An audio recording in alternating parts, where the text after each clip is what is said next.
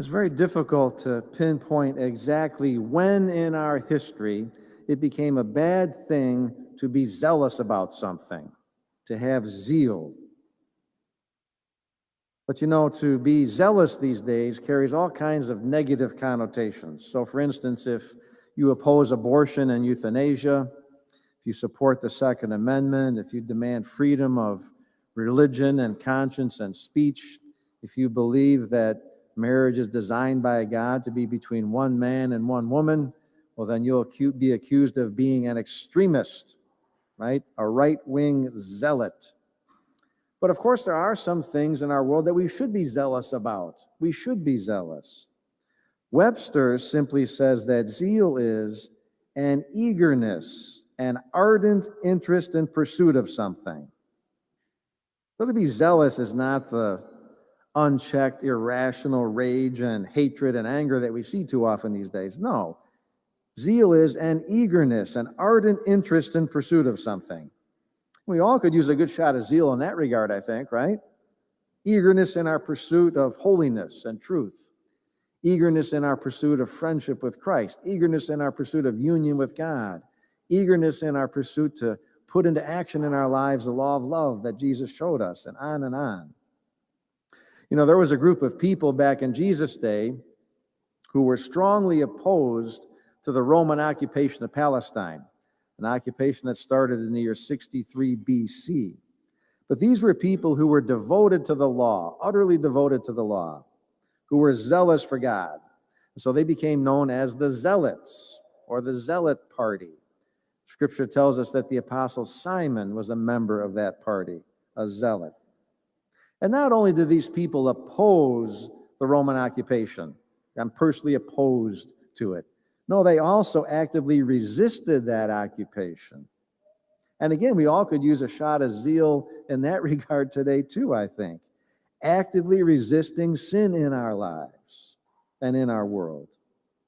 Actively resisting the occupation, as it were, of our hearts and minds by materialism and consumerism and subjective moralism and a rejection of the truth, which says that, well, I can do whatever I want and I can determine the truth for myself and no one can tell me otherwise. But actively resisting any kind of apathy, any kind of selfishness, which tempts us to turn our back on God and on one another. We see in John's gospel today, then, that Jesus himself was consumed by that kind of zeal. And Jesus isn't often portrayed that way, is he? It's kind of startling for us to hear about him doing those sorts of things. Usually we see him teaching and preaching and exhorting and healing, and his presence is typically a very gentle presence, bringing great comfort and consolation and compassion and peace. But that gentle side of Jesus is only part of the truth of who he is. So today, St. John shows us the forceful Jesus, the powerful Jesus, the Jesus consumed by zeal for his Father's house, the Jesus who will not tolerate the corruption of the temple by the money changers and the animal sellers. And Jesus' actions and words show us also what's in his heart. They reveal his true intentions. In other words, there's always harmony with Jesus in terms of his outward actions and words and his inner intentions. And what's in his heart? What's his inner intention? Well, a deep reverence for the holiness of God and for the sanctity of the temple. Yes, the sanctity of the temple building itself, of course, but more importantly, sanctity and reverence for the temples of our hearts and our souls. Your soul, my soul, your heart, my heart. Jesus, of course, he knows our hearts today. He knows if our words and our actions are sincere, or if we're harboring and holding on to something entirely different inside our hearts. He knew his disciples' hearts. He knew that Judas was going to betray him. He knew that Peter was going to deny him. And he knew the hearts of the money changers and the animal sellers in the temple too. So on the outside, with the money changers and animal sellers, well, their actions and words were innocent enough. People were coming, pilgrims were coming from all over Judea to worship in the temple, and they're bringing foreign currency with them. They had to change that currency to local currency so they could buy doves and birds and other animals for the temple sacrifice. So the words and actions of the money changers, again, appeared to be innocent enough. But their hearts held their true intentions, which were not to help these poor and tired pilgrims worship God, but instead to take them for every penny that they could, for all that they were worth. Their hearts, in other words, were oriented towards selfish desires, not toward God, and certainly not towards serving one another or serving others. That means their actions and their words were deceitful, didn't truly reflect what was going on in their hearts. And so as the gospel tells us today, Jesus would not trust himself to them because he knew them all. That is, he knew their hearts. He knew their true intentions. But notice, Jesus doesn't give up, does he? He doesn't give up. No, he's consumed by zeal, by an eagerness to reconcile all people to God and to one another. But he can only achieve that reconciliation by tackling the problem at its deepest level. That is, by changing our hearts, not just our behaviors and our actions, but our hearts. Simply changing outward behaviors doesn't guarantee a change of our heart on the inside, does it?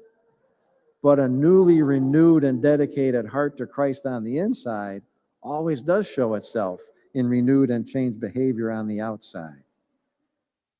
God gave the 10 Commandments to the Israelites in our first reading from Exodus, and he expected them to obey the new law, to really live it. But he wanted more than just an outward observance of the law.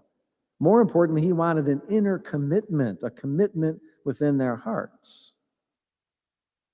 Now, over the years, we haven't always done really well in making that inner commitment, have we?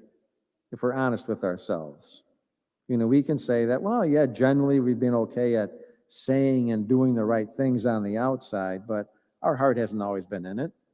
We've all been there. We've always experienced that lack of eagerness to live well now and forever. And so God sends Jesus Christ not just some 2,000 years ago, but every day to every one of us. And every day Jesus challenges us. He challenges our hearts to change by confronting our hearts with his infinite love, with his heart, with his compassion, confronting our hearts with his zeal, his eagerness that we live holy lives, that we live good lives. So hopefully our celebration of Lent isn't just an attempt to improve our behavior, but also it's a zealous quest to renew our hearts and our worship and our prayer and our world, to renew and to cleanse the temple of our hearts and souls. Yes, Jesus is gentle. He is gentle and loving, and he's always with us, gently and lovingly and eagerly calling us and challenging us to renew our hearts. And he's well aware of what's in there. He is well aware of what's in there. And so we ask ourselves, when he looks in my heart, what does he see?